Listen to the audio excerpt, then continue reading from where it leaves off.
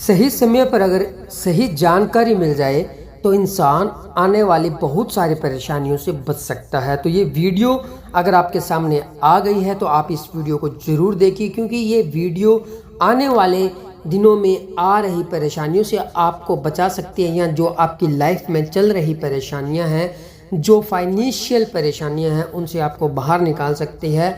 तो आप ये 8 से 10 मिनट के अंदर की वीडियो को ज़रूर देखिए अगर आपके सामने ये वीडियो आई है तो नमस्कार दोस्तों, स्वागत है आपका हमारे चैनल पर।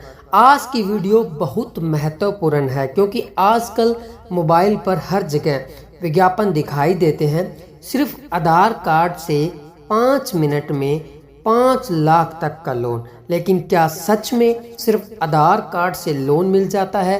क्या इसके कोई नुकसान भी है, और क्या हर किसी को ऐसा लोन लेना चाहिए? आज की वीडियो में हम इन सभी सवालों का जवाब आसान भाषा में जानेंगे, तो वीडियो को आखिर तक जरूर देखिए। सबसे पहले एक बात समझिए, बहुत से लोग सोचते हैं कि सिर्फ आधार कार्ड दिखाते ही बैंक या ऐप तुरंत लोन दे देगा, लेकिन सच्चाई यह है कि आधार कार्ड पहचान यानी कि KYC के लिए इस्तेमाल होता है। लोन देने से पहले बैंक या NBFC आपकी आय, सिबिल स्कोर, नौकरी, पुराने लोन और चुकाने की क्षमता जैसी बातें भी देख सकते हैं। इसलिए सिर्फ आधार कार्ड होना लोन मिलने की गारंटी नहीं होती है। आधार कार्ड से लोन लेने के फ़ायदे मैं आपको बताने जा रहा हूँ। पहला फ़ायदा, KYC जल्दी हो जाती है। पहले कई दस्तावेज जमा करने पड़ते थे, अब आधार की मदद से पहचान सत्यापित करना आसान हो गया है। इससे आवेदन प्रक्रिया तेज हो सकती है। दूसरा फ़ायदा, घर बैठे आवेदन। आज कई बैंक और NBFC ऑनलाइन आवेदन की सुविधा देते हैं। आप अपने मोबाइल से आवेदन कर सकते हैं। और तीसरा फ़ायदा, जल्दी प्रोसेस। अगर आपकी जानकारी सही है और आप पात्र हैं तो कुछ मामलों में लोन की प्रक्रिया पहले की तुलना में तेज हो सकती है। और चौथा फ़ायदा, कम कागजी प्रक्रिया। डिजिटल KYC होने पर कई बार कम दस्तावेजों में काम हो जाता है। अब बात करते हैं नुकसान की। पहला नुकसान, ज़्यादा ब्याज। कुछ इंस्टेंट लोन ऐप्स बहुत अधिक ब्याज और शुल्क ले सकती है, इसलिए बिना पढ़े कोई भी लोन स्वीकार न करें। दूसरा नुकसान, छिपे हुए चार्ज।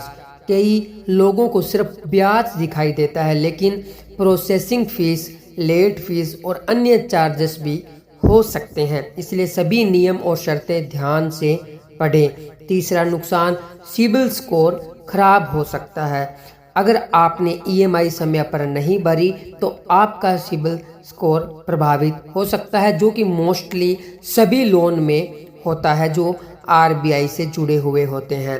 भविष्य में होम लोन या कार लोन लेना मुश्किल हो सकता है। और चौथा नुकसान, फर्जी लोन ऐप्स। आज इंटरनेट पर कई नकली ऐप मौजूद है।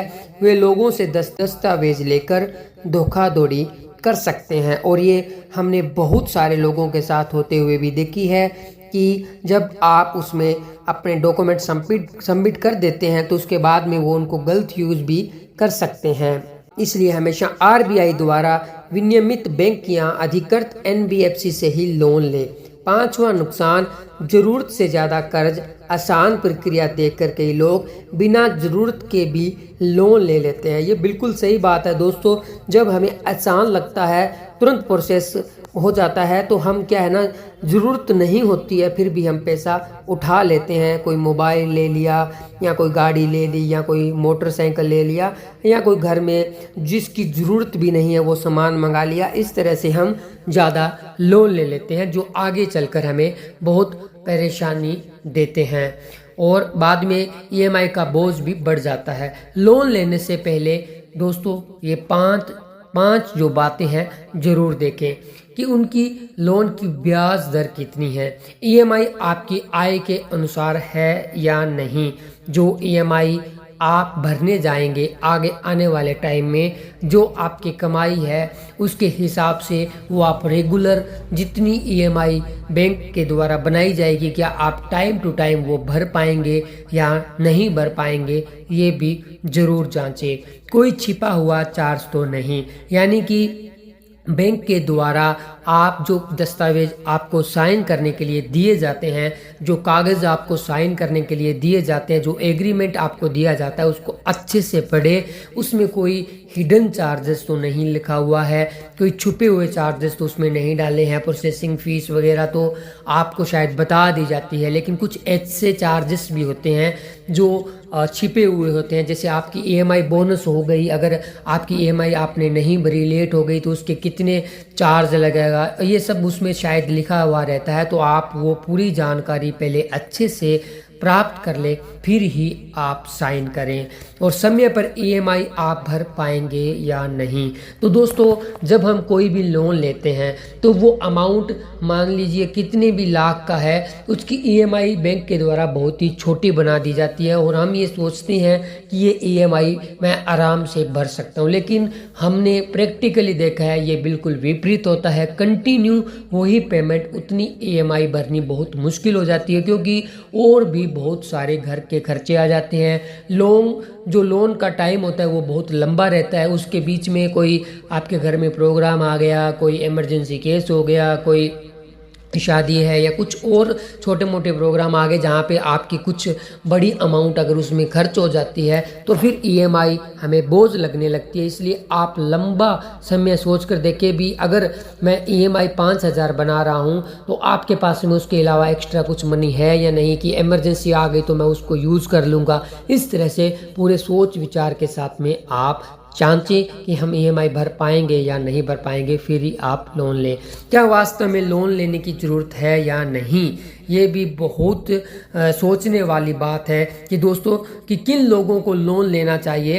दोस्तों क्या है ना, हमें ज़रूरत होती है, एक तो नीड होती है कि यार इसके बिना मेरे को चलेगा ही नहीं, मुझे ये चीज़ लेनी है, ये मेरे को चाहिए ही चाहिए, तो वो तो एक नीड हो गई, तो लोन अपने को लेना ही पड़ता है। एक होती है भी यार इसके बिना भी मैं गुजारा कर सकता हूँ, तो फिर आप उसके बिना गुजारा कीजिए और जितनी ईएमआई आप भरने जा रहे हैं उतना अमाउंट आप साइड में रख के, यानी कि जैसे ब्याज आप जोड़ लीजिए, 5,000 की ईएमआई है प्लस उसमें 2,000 महीने का 1,000 2,000 ब्याज बनता है, लंबा जो मोटा अमाउंट होता है, तो 7,000 करके और कितने की वो अमाउंट उस हिसाब से आप अलग से उसको इन्वेस्टमेंट करके फिर जब पैसे वो बन जाए तो वो आप ले सकते हैं। इस तरीके से भी आप लोन लेने से बच सकते हैं और ब्याज भरने से भी बच सकते हैं। तो दोस्तों, अब किन लोगों को लोन लेना चाहिए? अगर आपके पास कोई ज़रूरी काम है जैसे शिक्षा, मेडिकल, इमरजेंसी या बिजनेस की वास्तविक आवश्यकता और आपको भरोसा है कि आप समय पर ईएमआई चुका सकते हैं, तभी